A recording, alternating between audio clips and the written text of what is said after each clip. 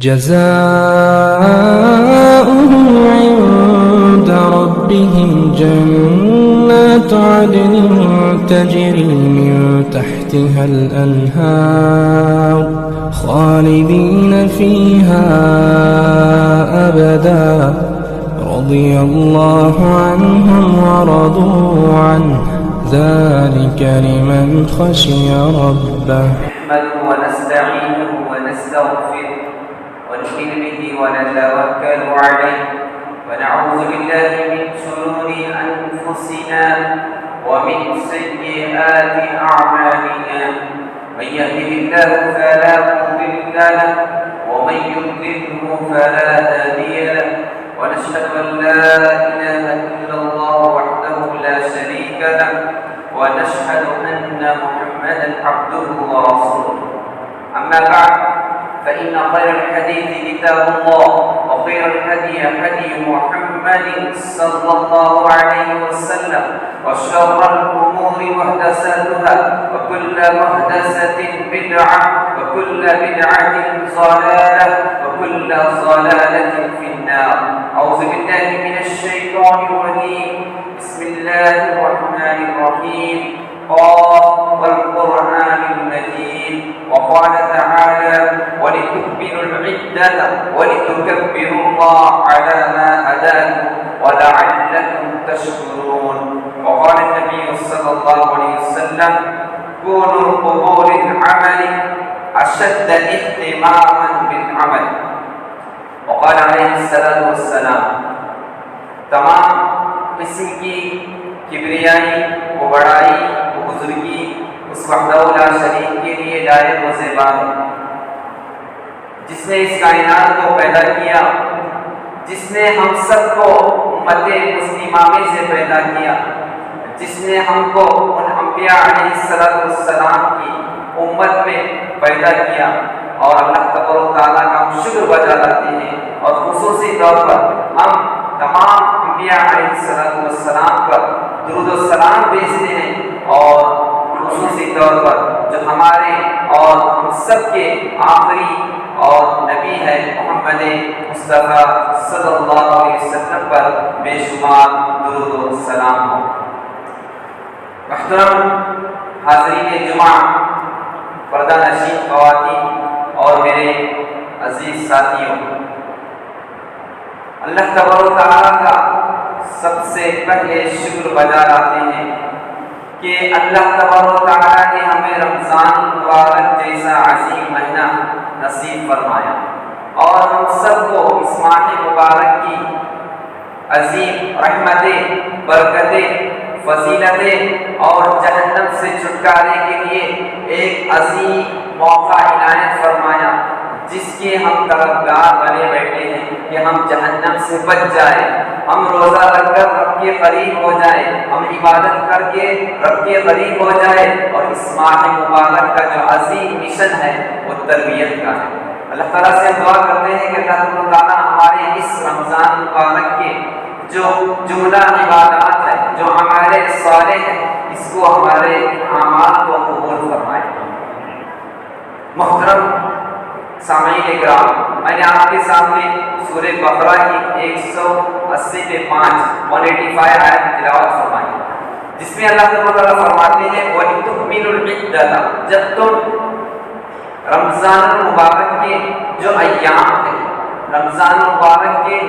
جو مختصر گنتی ہے اس کو مکمل کر لو. وَلِتُكَبِّرُوا اللَّهَ عَلَى مَا هَدَاكُمْ، تو اللہ تعالیٰ کی کبریائی بیان کرو. ہم اختتام پر پہنچے ہوئے ہیں، رمضان کے آخری اختتام پر پہنچے ہوئے ہیں، آخری دروازے پر کھڑے ہوئے ہیں اور ہم کو اس بات کا احساس ہونا چاہیے کہ میں نے اب تک جتنے رمضان کے ایام گزارے ہیں، کیا ان ایام میں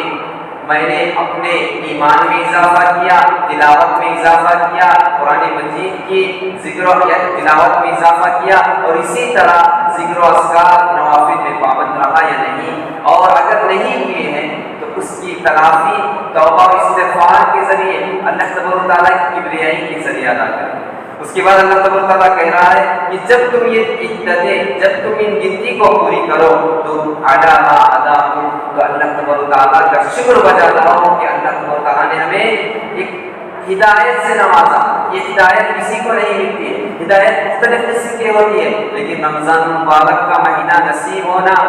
یہ اللہ تبارک تعالیٰ کی خاص رحمت، فضل اور ہدایت ہے کہ جس نے ان دنیا میں رہنے والے بہت سے افراد میں ہم کو چنا اور ہم کو چن کر عبادت کرنے کے لیے وہ طاقت بھی دی، وہ استطاعت بھی دی کہ ہم روزہ بھی رکھ رہے ہیں۔ کئی حضرات ہیں جو رمضان میں موجود ہے، مل گیا لیکن روزہ نہیں رکھ پائے۔ تو اصل مقصد ہے رمضان کے ایام کے بعد وَلَعَلَّكُمْ تَشْكُرُونَ، شاید کہ تم اللہ تبارک تعالیٰ کی شکر گزاری بنو۔ اللہ تبارک تعالیٰ کو، اللہ تبارک تعالیٰ کے پاس جو نعمتیں تم کو مل رہی ہے اس کا شکر بجا لاؤ، یہ ہے اللہ تبارک تعالیٰ کا شکر ادا کرنا۔ تو ہمیں اس آیت کے بعد ایک حدیث جو کہ حضرت علی رضی اللہ تعالیٰ عنہ کی حدیث ہے، آپ فرماتے ہیں کہ کون القبول العمل، یعنی جس طرح عمل کا اہتمام کرتے ہو اس سے زیادہ انسان کو اس بات سے ڈر ہونا، اس بات سے خوف ہونا چاہیے کہ میں جو عمل کر رہا ہوں اس کی قبولیت کی فکر زیادہ ہونی چاہیے۔ یہ ہم جو عمل کرے ہیں، تلاوت کیے ہیں، روزے رکھے ہیں، اور اسی طرح رمضان کی مشغولیات صرف رب تعالیٰ کے حق میں رب کو راضی کرنے کے لیے کی ہیں، تو اس عمل کو ہم ادا کرنے کے بعد اس بات سے خوش نہیں ہونا چاہیے میں نے رمضان کا مہینہ پایا اور پورا دن بھوکا رہا، یہ میں نے حق ادا کیا، بلکہ اللہ تبارک تعالیٰ سے اس بات سے امید لگانا چاہیے کہ میں نے جو روزے رکھے، میں نے جو نمازیں پڑھے، میں نے جو سجدے کیے، میں نے جو دعائیں کی، ان دعاؤں میں، ان صدقات میں، ان سجدوں میں ایک سجدہ میرا اللہ تبارک تعالیٰ کے پاس قابل قبول ہے یا نہیں، یہ عمل کی فکر ہونا چاہیے۔ تو ہمارے صالحہ جو ہم کر رہے ہیں تو اس پر استقامت رہنا چاہیے، رمضان کے بعد بھی ہم اس کو مضبوطی کے ساتھ اس پر جمے رہنا چاہیے، ڈٹے رہنا چاہیے، جس طرح ہم رمضان کے مہینے میں رب کو راضی کرنے کے لیے یہ ایام میں عبادتیں کرتے رہے۔ ہم جانتے ہیں کہ رمضان کا یہ جمعہ جو ہے آخری جمعہ ہے، رمضان المبارک کے مہینے میں یہ آخری جمعہ ہے۔ بہت سے جمعہ ہمارے سامنے آتے ہیں لیکن عوام میں یہ جمعہ بہت مشہور ہے اور اس کا اہتمام کرتے ہیں، اس کو الوداع جمعہ کے لقب سے نوازتے ہیں، جبکہ رمضان کا مہینہ ہم سے جدا ہو رہے ہیں یا ہم رمضان سے جدا ہو رہے ہیں، یہ ہر ایک کو اندازہ لگانا چاہیے۔ رمضان کا مہینہ ہر سال آتے رہتا ہے لیکن ہم کو نہیں پتا کہ اگلے رمضان تو آئے گا لیکن ہم رہیں گے یا نہیں، ہم ودا ہو رہے ہیں یا رمضان ودا ہو رہا ہے۔ تو اس سے بات معلوم ہوتی ہے کہ رمضان مبارک نہیں بلکہ ہم اس سے پہلے جاتے ہیں۔ رمضان کا مہینہ قیامت تک آتے رہے گا، لیکن اللہ کے نبی کریم صلی اللہ علیہ وسلم نے جو حدیث میں بتایا کہ امت میں قیامت تک نسل در نسل آتی رہے گی، اور امت میں جو عمر اللہ کے نبی کریم صلی اللہ علیہ وسلم فرمائیں کہ وہ اس وقت جو عمر جیے گے مسلمان لوگ جو اس دنیا میں رہ کر عمر جیے گے 60 یا 70 سال تک وہ جیے گے۔ اگر اس سے زیادہ اگر اللہ تبارک تعالیٰ نے اور زیادہ ان کی عمر میں برکت دے رہا ہے تو یہ الگ بات ہے، لیکن نبی کریم صلی اللہ علیہ وسلم نے کہا کہ میری اس امت میں جو حضرات جییں گے، زندگی میں رہیں گے، وہ 60 اور 70 سال کے درمیان میں اس دنیا میں رہیں گے۔ تو سمجھ لیجئے کہ رمضان المبارک ہم سے ودا ہو رہا ہے یا ہم رمضان سے ودا ہو رہے ہیں۔ اور اسی طرح رمضان المبارک جو اختتام پر کھڑا ہوا ہے تو اس سے بات معلوم ہوتی ہے کہ رمضان کا مقصد ختم نہیں ہوا ہے۔ رمضان ختم ہو رہا ہے یہ مطلب نہیں کہ رمضان کا جو مقصد ہے لعلکم تتقون، روزے کا مقصد کیا ہے؟ تقوی حاصل کرنا۔ تو رمضان کے بعد بھی ہم کو تقوی کی، پرہیزگاری کی، خوف الہی اور اللہ تبارک تعالیٰ کا خوف ہر وقت ہر لمحہ، صرف مہینہ نہیں بلکہ ہر لمحہ ہر سیکنڈ رکھنا چاہیے۔ رمضان تک ہی نہیں بلکہ رمضان کے بعد بھی اللہ کا خوف رہنا چاہیے۔ اسی طرح رمضان میں رکھ کر ہم حرام چیزوں سے بچے رہیں، تو رمضان کے بعد کہ ہم حرام چیزوں پر عمل کر سکتے نہیں، جس طرح ہم رمضان میں ہر حرام کردہ چیز سے بچے، چور کرنے والا چوری کرنے سے بچ جاتا ہے، حسد کرنے والا حاسدین سے بچ جاتا ہے، اور اسی طرح غیبت کرنے والا غیبت کرنے سے بچ جاتا ہے۔ تو اسی طرح یہ کبیرہ گناہوں سے جو ہم یہاں پہ بچ رہے تھے رمضان کے مہینے میں، تو دوسرے ایام میں زندگی بھر ہم کو اللہ تبارک و تعالیٰ سے ڈر کر منکرات اور حرام فعل سے بچنا ہے۔ یہ رمضان کا مقصد ہے، کیونکہ یہ ٹریننگ ہے، تم کو تربیت دینے کے لیے آیا تھا، جو ہمارے سامنے اب موجود ہے۔ ہم اس کی اہمیت لگائیں کہ سونے چاندی اور ہیرے جواہرات سے بہتر قیمتی اوقات ہے جو ہمارے سامنے چند لمحوں میں رہ رہے ہیں، تو ان لمحوں کو پائے، ان سونے چاندی کو حاصل کریں جو ہمارے سامنے نیکیوں کی شکل میں ہے، اور وہ اس شخص کے لیے قابل قبول بات ہے جو اس ماہ مبارک کو کی قدر اس کی نظروں میں آتی ہے اور وہ رمضان کا مہینہ اس مسجد میں گزارتا ہے، تو بہت ہی قابل قبول بات ہے، اور اسی طرح عبادتوں میں مشغول ہوتا ہے تو بہت ہی قابل قبول بات ہے۔ اس کے بعد آئیے، رمضان مبارک میں انسان نیکیاں بہت سے کیے ہیں، تو نیکیاں کرنے پر اس کو یہ بات معلوم ہونا چاہیے کہ نیکیاں اللہ تبارک و تعالیٰ کے پاس قبول ہے یا نہیں۔ حدیث سے ہم معلوم کرتے ہیں کہ عقبہ بن عبداللہ رضی اللہ تعالیٰ عنہ فرماتے ہیں کہ لو ان رجلا يقر على وجهه من يوم وولد الى يوم يموت، یعنی اگر انسان اللہ کی خوشنودی حاصل کرنے کے لیے اپنی پیدائش سے لے کر بڑھاپے کی عمر تک سجدے میں رہے، عبادت کرنے کے لیے اگر پیدا ہوتا ہے، پیدا ہونے کے بعد سے بڑھاپے تک اگر وہ سجدے میں رہے اور اس بات سے امید لگائے بیٹھا ہے کہ ایک سجدہ اللہ تبارک و تعالیٰ کے پاس قبول ہوگا یا نہیں، اور اسی طرح اس کی آخری حدیث کے جو الفاظ ہے وہ یہ کہ اگر اللہ کی خوشنودی حاصل کرنے کے لیے بندہ پیدائش سے لے کر بڑھاپے تک سجدے میں پڑا رہتا ہے، تو قیامت کے دن یہ نیکی بہت حقیر سمجھی جائے گی۔ تو دیکھیے کہ پیدائش سے لے کر قیامت تک، یعنی 70 سال اگر وہ بوڑھا ہو چکا ہے اس وقت تک سجدے میں رہتا ہے، تو اس وقت بھی انسان کو اس بات سے ڈر لگا رہنا چاہیے کہ میرا یہ عمل اللہ تبارک و تعالیٰ کے پاس قبول ہے یا نہیں۔ تو کتنی عظیم بات ہے۔ اور اسی طرح عمل کے قبول کے لیے بہت سے شرائط ہیں، جس طرح کی اخلاص کا ہونا ضروری ہے، اور انبیاء علیہ السلام خصوصی طور پر حضرت ابراہیم علیہ السلام جن کو ابو الانبیاء کہتے ہیں، تو وہ نبی کریم حضرت ابراہیم علیہ السلام کو قرآن مجید میں اسوہ کہا، یعنی آپ کے طریقے پر چلنے کو کہا، اور حضرت ابراہیم علیہ السلام نے اپنی زندگی میں اپنی جان، اپنی مال، اپنے اہل و عیال ہر چیز کی قربانی دی، یہاں تک کہ اپنے آپ کو آگ میں بھی ڈالا، حضرت ابراہیم علیہ السلام کو آگ میں بھی ڈالا گیا، لیکن ان آزمائشوں کا جو پس منظر ہے کہ حضرت ابراہیم علیہ السلام اپنے ایمان پر برقرار رہے اور اللہ تبارک و تعالیٰ سے اپنے ان آزمائشوں پر دعائیں کرتے رہے، اور یہاں تک کہ جب ابراہیم علیہ السلام سے کہا گیا کہ خانہ کعبہ کی تعمیر کی جائے، تو حضرت ابراہیم علیہ السلام خانہ کعبہ کی تعمیر کرتے ہیں۔ اس کے بعد دیکھیے کہ آپ دعا کرتے ہیں اللہ تبارک و تعالیٰ کے پاس، ربنا تقبل منا انک انت السمیع العلیم۔ خانہ کعبہ کی تعمیر کرنا، اللہ تبارک و تعالیٰ کا گھر بنانا، اور حکم کس کا تھا؟ اللہ تبارک و تعالیٰ کا حکم تھا کہ تم خانہ کعبہ کی تعمیر کرو، اور جب انہوں نے تعمیر کیا اس کے بعد ان کو اس بات کا ڈر تھا کہ یہ عمل اللہ تبارک و تعالیٰ کے پاس قبول ہے یا نہیں، تو انہوں نے دعا کی، اے اللہ تو ربنا تقبل منا، یقیناً اے اللہ تبارک و تعالیٰ تو ہمارے اعمال کو قبول کرنے والا ہے، ہماری دعاؤں کو سننے والا ہے، انک انت السمیع العلیم، اور یقیناً تو ہی سننے والا ہے۔ تو دیکھیے کہ انبیاء علیہ السلام کوئی بھی کام کرتے تھے تو قبولیت کے لیے دعا کرنا ضروری ہے، کیونکہ ہمارے جو اعمال ہوتے ہیں اس میں کوئی نہ کوئی کمی واقع ہوتی ہے، تو ان اعمال کو درست کرنے کے لیے دعائیں کرنا چاہیے۔ اور اسی طرح سورہ مومنون کی ایک آیت، والذین یؤتون ما آتوا وقلوبهم وجلۃ انہم الی ربہم راجعون، یعنی جب یہ آیت نازل ہوئی تو نبی کریم صلی اللہ علیہ وسلم سے حضرت عائشہ رضی اللہ تعالیٰ عنہ کہتی ہیں کہ جو لوگ اللہ تبارک و تعالیٰ کی راہ میں صدقہ و خیرات کرتے ہیں، جو لوگ اللہ تبارک و تعالیٰ کی راہ میں صدقہ و خیرات کرتے ہیں، ان کے دل کانپنے لگتے ہیں، ان کے دل لرزنے لگتے ہیں۔ وجہ کیا ہے؟ تو حضرت عائشہ رضی اللہ تعالیٰ عنہ نبی کریم صلی اللہ علیہ وسلم سے کہتی ہے کیا یہ لوگ چوری کرنے والے لوگ ہیں؟ کیا یہ لوگ ایک دوسرے کی غیبت کرنے والے لوگ ہیں؟ کیا یہ لوگ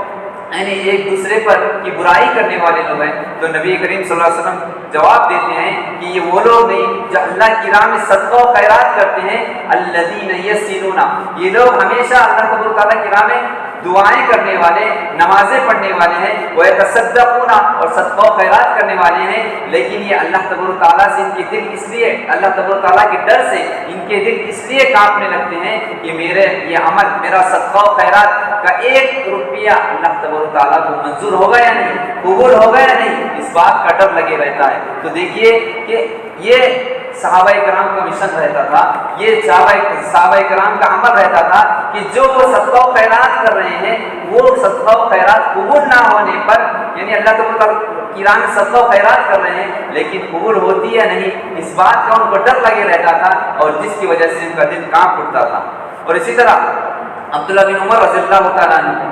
زار و خطاب رونے لگتے ہیں، اور وہ کہتے ہیں کہ میری یہ خواہش ہوتی ہے کہ اللہ تبارک و تعالیٰ میری زندگی میں نے جو کچھ بھی نیک اعمال کیے ہیں، ان اعمال میں سے میری ذرہ برابر کی جو ایک نیکی ہے، اگر اس کو بھی قبول کرے تو یہ میرے لیے کافی ہے۔ کہ صحابہ کرام کا مقام، جن صحابہ کرام کو اللہ تبارک و تعالیٰ نے جنت کی خوشخبری سنائی، جن صحابہ کرام کی قربانیاں ایسی تھی، جن کے اعمال کی بنیاد پر، جن کے صدقہ و خیرات کی بنیاد پر، جن کے ایک ایک نیکی کی بنیاد پر اللہ تبارک و تعالیٰ خوش ہوتے ہیں اور فرشتوں کا نزول ہوتا ہے، اور ہم بے شمار صحابہ کرام کے واقعات سنتے ہیں، تو اس وقت اللہ تبارک و تعالیٰ سے یہ دعا اور زار و قطار کرتے ہوئے روتے ہیں کہ صرف ایک ذرہ برابر بھی میری نیکی جو ہے قبول ہو جائے اللہ تبارک و تعالیٰ کے دربار میں۔ اور اسی طرح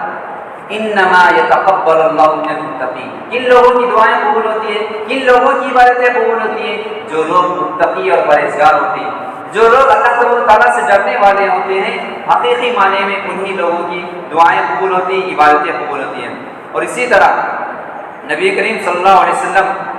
نے یہاں تک کہ قرآن مجید میں بتلایا گیا کہ تم اپنے اس عمل کو، جس طرح ہم رمضان میں ہر چیز کو ادا کر رہے ہیں، ہم فرض پڑھ رہے تھے، رمضان آنے کے بعد ہم سنتیں بھی پڑھ رہے ہیں، نوافل بھی پڑھ رہے ہیں، اس میں اضافہ ہو رہا ہے، تو اس کو برقرار رکھنا چاہیے۔ اللہ تبارک و تعالیٰ قرآن مجید میں فرماتے ہیں الذین هم علی صلاتهم دائمون،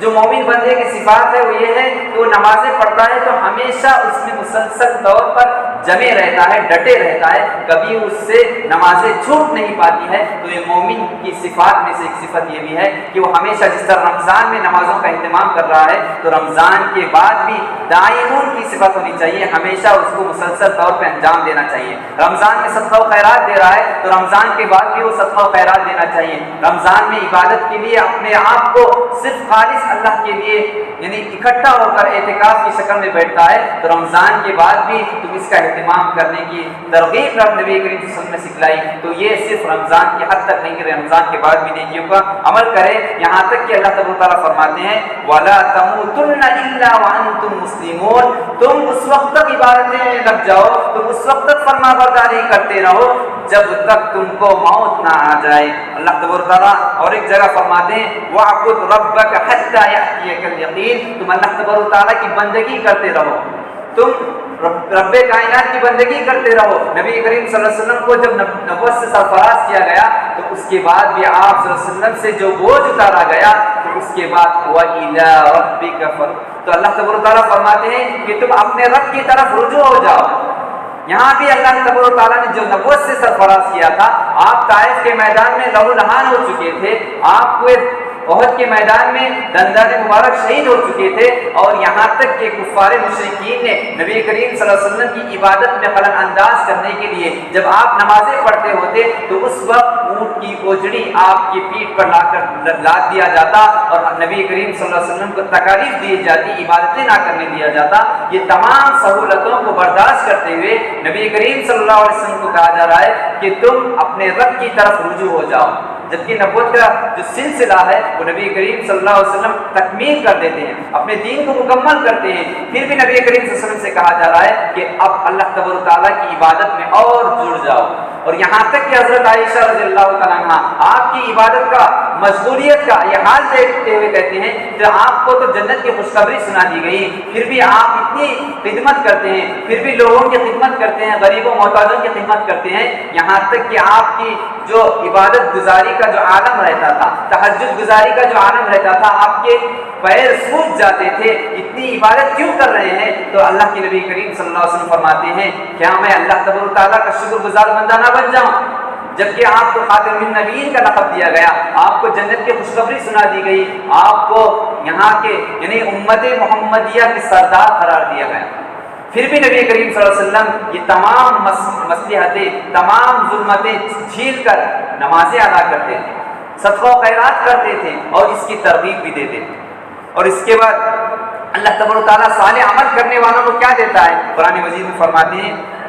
کہ اللہ تبارک و تعالیٰ فرماتے من عمل صالحا، جس نے صالح عمل کیا، من ذکر او انثی، چاہے وہ مرد حضرات میں سے ہو، عورات چاہے وہ عورتوں میں سے ہو، چاہے وہ کوئی بھی ہو، اللہ تبارک و تعالیٰ فرما رہا ہے جب تم صالح عمل کرو وہو مؤمن اور فَلَنُحْيِيَنَّهُ حَيَاةً طَيِّبَةً، صالح عمل کرنے کی بنیاد پر ہم ان کو ایک اچھی زندگی دیتے ہیں جو ہمیشگی کی زندگی ہے، خالدین فیہا، جہاں پہ تم کو ہمیشہ رہنا ہے وہ جنت کی زندگی ہے جس میں ہمیشہ رہنا ہے، وہاں پر تمہارے لیے ایسے ایسے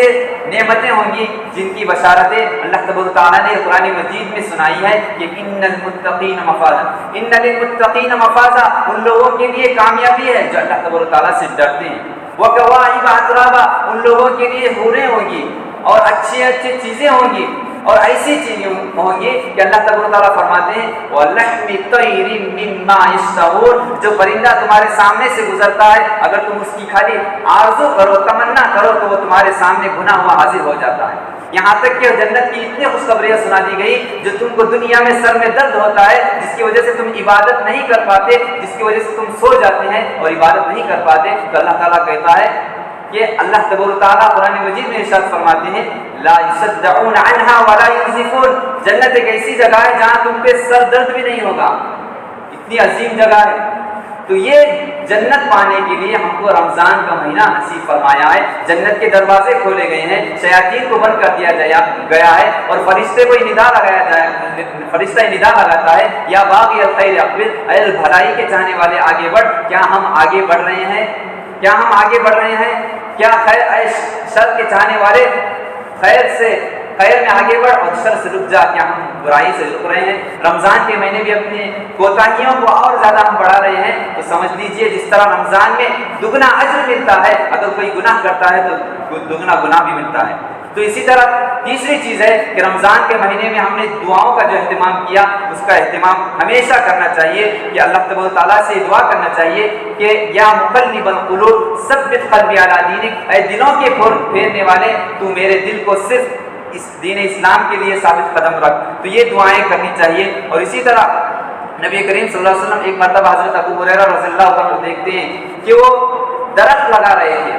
وہ درخت لگا رہے تھے، تو نبی کریم صلی اللہ علیہ وسلم کہتے ہیں کیا میں تم کو اس سے اچھا عمل نہیں بتلاؤں؟ تو نبی کریم صلی اللہ علیہ وسلم فرماتے ہیں کہ میں تم کو ایک ایسا عمل بتلاتا ہوں جو جنت میں تم درخت لگا سکتے ہو، اگر یہ عمل کرو گے تو جنت میں تم شجرکاری کر سکتے ہو، بہت سے درخت لگا سکتے ہو، اور کوئی شخص دنیا میں ایک درخت لگاتا ہے اس کے سائے میں کتنے مسافر آ کر ٹھہرتے ہیں، کتنے حضرات آ کر اس کا سایہ لیتے ہیں، اس کو اجر ملتے رہتا ہے، تو جنت میں ان کو اجر ملے گا جو اس کلام کا، جو اس نبی کریم صلی اللہ علیہ وسلم کے عمل کو ادا کرے گا، سبحان اللہ والحمد للہ ولا الہ الا اللہ واللہ اکبر، اگر کوئی شخص اس کو کثرت سے پڑھتا ہے، جتنا وہ پڑھتے جاتا ہے تو جنت میں وہ درختیں لگاتے جاتا ہے، کتنی عظیم بات ہے۔ تو اسی طرح صدقہ و خیرات کا یہ مہینہ ہے، جس طرح کہ میں نے کہا کہ صدقہ فطر رمضان کے جو ہم نے روزے رکھے ہیں، جو عبادتیں کی ہیں اور جو تلاوت کلام کیا ہے، اگر اس میں ہم نے کوتاہی کی ہے، نمازوں میں کوتاہی کی ہے، نوافل میں کوتاہی کی ہے، تو اس کا کفارہ یہ ہے کہ تم صدقہ فطر کے ذریعے غریبوں، مسکینوں اور ہمدردوں کے کام آؤ اور اس کو عیدین سے پہلے ادا کرو۔ اور صدقہ فطر فرض ہے، واجب ہے، اور یہ گھر کی طرف سے تمام افراد کی طرف سے اس کو ادا کرنا ہوگا، یہاں تک کہ جو بچہ پیدا ہوتا ہے اس کو بھی گنا جاتا ہے، جتنے افراد ہوتے ہیں ان افراد کو گن کر صدقہ فطر مساکین، غریبوں، یتیموں کو ادا کریں تاکہ تمہارے جو گناہ ہیں وہ پاک ہو جائے۔ اور اسی طرح اللہ تبارک و تعالیٰ قرآن مجید میں ارشاد فرماتے ہیں خذ من اموالہم صدقۃ تطہرہم وتزکیہم بہا، صدقہ و خیرات کے ذریعے اللہ تبارک و تعالیٰ تمہارے نفسوں کو جھنجھوڑ دیتا ہے، تمہارے نفسوں کو پاک کر دیتا ہے، اور تم کو اس طرح پاک کر دیتا ہے جس طرح ایک انسان گناہوں سے پاک ہو جاتا ہے۔ تو یہ عظیم بات ہے، اور صدقہ فطر کی اہمیت اور صدقہ و خیرات کی اتنی زیادہ اہمیت جو رمضان مبارک میں ہے کہ نبی کریم صلی اللہ علیہ وسلم کا دور جو ہوتا تھا، نبی کریم صلی اللہ علیہ وسلم اس وقت صدقہ و خیرات کس طرح دیتے تھے، جس طرح ایک طوفانی ہوا آتی ہے سب سے گزرتے ہوئی جاتی ہے، تو نبی کریم صلی اللہ علیہ وسلم صدقہ و خیرات اس طرح دیتے تھے کہ محتاج، مسکین، ہمدرد، غریب کوئی بھی نہیں چھوٹ پاتا، بلکہ ہر ایک کو جس طرح طوفانی ہوا، ایک ہوا محسوس ہوتی ہے، وہ دل کو تسکین پہنچتی ہے، تو ہر کوئی محتاج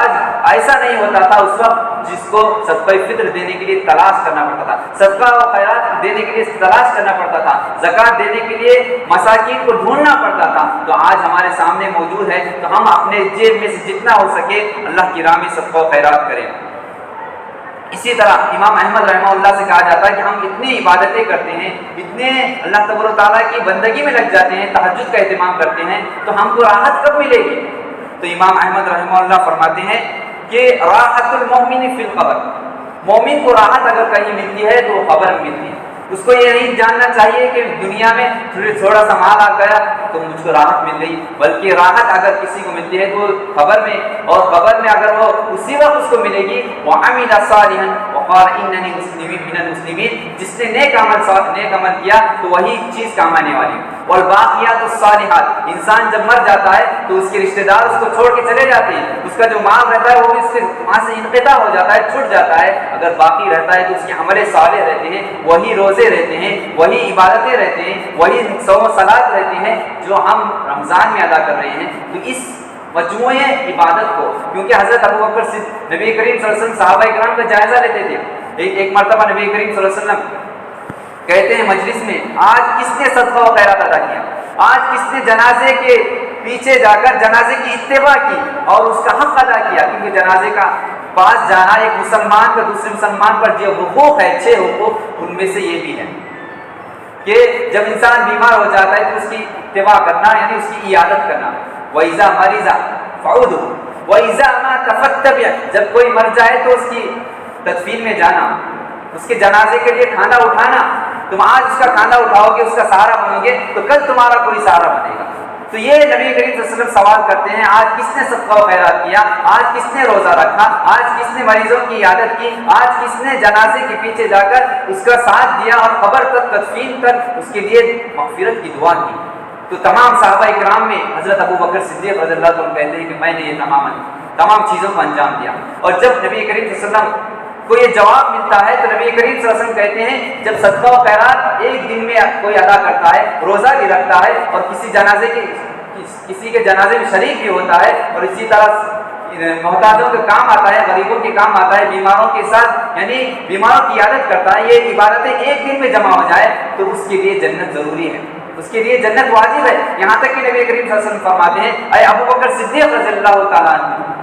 تم کو جنت کے 8 دروازوں سے داخلہ دیا جائے، اتنی بڑی خوشخبری۔ یہ تمام چیزیں ہم کو رمضان میں اکٹھا طور پر عبادتیں مل رہی ہیں، اکٹھا طور پر ہم جو عبادتیں کر رہے ہیں رمضان میں کر رہے ہیں، تو اس بات کا افسوس ہونا چاہیے کہ رمضان میں ہم نے جو کوتاہیاں کی ہیں، ابھی وقت ہے سنبھلنے کا، ابھی وقت ہے توبہ کرنے کا، استغفار کرنے کا، ابھی وقت ہے اس تہجد کو، اس شب قدر کو پانے کا۔ ابھی ہمارے پاس ایک رات موجود ہے، ہم کو پتہ نہیں کہ کون سی شب قدر ہے، ہم نے سمجھا کہ 27ویں رات ہے اور جاگ لیا اور باقی کی راتوں کو نظر انداز نہیں کر سکتے۔ نبی کریم صلی اللہ علیہ وسلم کے احادیث ہمارے سامنے موجود ہے، تو ہم اس پر رد عمل یعنی اس پر عمل کرتے رہے اور اسی طرح صدقہ و خیرات کریں۔ آخر میں چند باتیں، ایسے اعمال جن پر دگنا اجر ملتا ہے۔ اللہ تبارک و تعالیٰ فرماتے ہیں وَلِمَنْ خَافَ مَقَامَ رَبِّهِ جَنَّتَانِ، جو اللہ تبارک و تعالیٰ سے ڈرتے ہیں تو ان کے لیے 2 جنتیں۔ دوسرا شخص جو قرآن مجید کو پڑھتا ہے وَهُوَ عَلَيْهِ شَاقٌ لَهُ أَجْرَانِ، لیکن ٹہر کر اٹک کر دھیرے سے اگر وہ پڑھتا ہے تو اس کے لیے بھی 2 اجر ہیں۔ تیسرا شخص جو صدقہ و خیرات کرتا ہے تو وہ صدقہ و خیرات جب کرتا ہے تو نبی کریم صلی اللہ علیہ وسلم فرماتے ہیں اگر وہ صدقہ و خیرات میں اپنے رشتے دار جو غریب ہے ان کو دیتا ہے تو دگنا اجر ملتا ہے۔ اور چوتھا شخص جو نبی کریم صلی اللہ علیہ وسلم پر ایمان لاتا ہے، جو قرآن مجید پر ایمان لاتا ہے، اور اس کے لیے بھی دگنا اجر ہے۔ اور پانچواں شخص جو کسی کے جنازے کی نماز میں شریک ہوتا ہے تو اس کو بھی دگنا اجر ملتا ہے۔ اور چھٹواں شخص وہ ہے کہ جو نبی کریم صلی اللہ علیہ وسلم کے نام آنے پر درود شریف پڑھتا ہے تو اس کے لیے 10 رحمتیں لکھی جاتی ہے، 10 گناہیں مٹھائی جاتی ہیں، یہاں تک کہ اس کے لیے دگنا اجر ملتا ہے جو رسول صلی اللہ علیہ وسلم پر درود بھیجتا ہے۔ خصوصی طور پر رمضان مبارک میں اس کا اہتمام کرنا چاہیے۔ اور آخری جو ہے وہ یہ ہے کہ جو شخص مسجد میں نماز پڑھنے کے لیے آتا ہے تو اس کے لیے بھی دگنا اجر ہے۔ تو یہ تمام اجر جو بتلائے گئے اس کو ہم رمضان میں ادا کریں یا نہیں، اگر نہیں کرے ہیں تو ابھی بھی ہم کو موقع ہے کہ ہم رمضان کی جو آخری رخصت کر رہے ہیں، ہم رمضان سے رخصت ہو رہے ہیں تو ہم کو افسوس ہونا چاہیے۔ ہم عبادتیں کرتے ہیں، ہم روزہ پڑھتے ہیں، لیکن رمضان کا مہینہ ہر وقت نصیب نہیں ہوتا، سال میں ایک مرتبہ آتا ہے، اور نیکیاں اور آسمان کے دروازے جو کھلے ہیں، جنت کے دروازے جو کھلے ہیں وہ ہمیشہ نہیں کھلتے، رمضان کے مہینے میں کھلے ہیں۔ شیطان ہمیشہ کھلا رہتا ہے لیکن رمضان میں بند ہے، تو ہم کو اس بات کا افسوس ہونا چاہیے کہ شیطان بند ہے پھر بھی ہم گناہوں میں ملوث ہو چکے ہیں۔ اور ہم دعائیں کرنا چاہیے کہ اللہ تبارک و تعالیٰ ہم سب کے ان عبادتوں کو قبول عطا فرمائے، اللہ تبارک و تعالیٰ ہمارے والدین کے دعاؤں کو قبول عطا فرمائے، اللہ تبارک و تعالیٰ ہم سب کے صغیرہ کبیرہ گناہوں کو معاف فرمائے، اللہ تبارک و تعالیٰ ہم سب کو شب قدر جیسی عظیم رات نصیب فرمائے، آمین۔ واستغفر اللہ لی ولکم ولسائر المسلمین انہ تعالی جواد کریم ملک بر